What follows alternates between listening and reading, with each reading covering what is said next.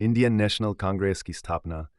भारतीय स्वतंत्रता संग्राम में इंडियन नेशनल कांग्रेस (आईएनसी) का गठन एक महत्वपूर्ण घटना थी।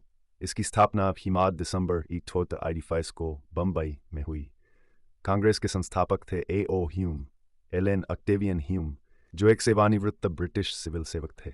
भारतीय समाज में राजनीतिक जागरूकता पैदा करने और स्वतंत्रता के लिए संगठित प्रयास करने की दिशा में यह एक महत्वपूर्ण कदम था।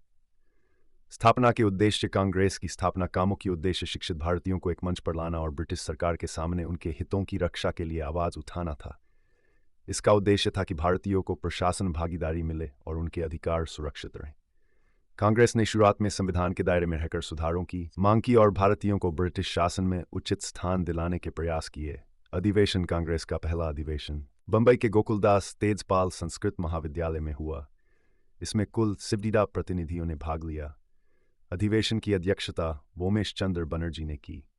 इस अधिवेशन में कई मुद्दों पर चर्चा हुई, जैसे भारतीय प्रशासन में सुधार, शिक्षा के अवसरों का विस्तार और भारतीयों के अधिकारों की रक्षा। प्रारंभिक दौर। कांग्रेस के शुरुआती नेताओं को उदारवादी कहा जाता है। इनमें दादा भाई नौरोजी, गोपाल कृष्ण गोखले, सुरेंद्रनाथ बनर्जी जैसे नेता शामिल थे।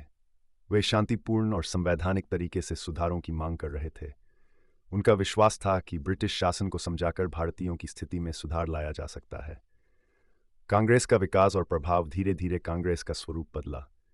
1905 में बंगाल विभाजन के विरोध में जबरदस्त आंदोलन हुए, जिसके बाद कांग्रेस में गरम दल का उदय हुआ। बाल गंगाधर तिलक, लाला लाजपत राय और बिपिन चंद्र पाल जैसे नेता उग्रपंथी विचारधारा के साथ स्वतंत्रता की मांग करने लगे। निष्कर्ष। इंडियन नेशनल कांग्रेस ने भारत में स्वतंत्रता आंदोलन की नींव रखी।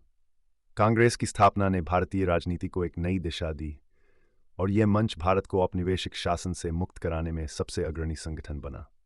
कांग्रेस ने भारतीयों को संगठित किया और स्वराज स्वशासन की मांग को बुलंद किया।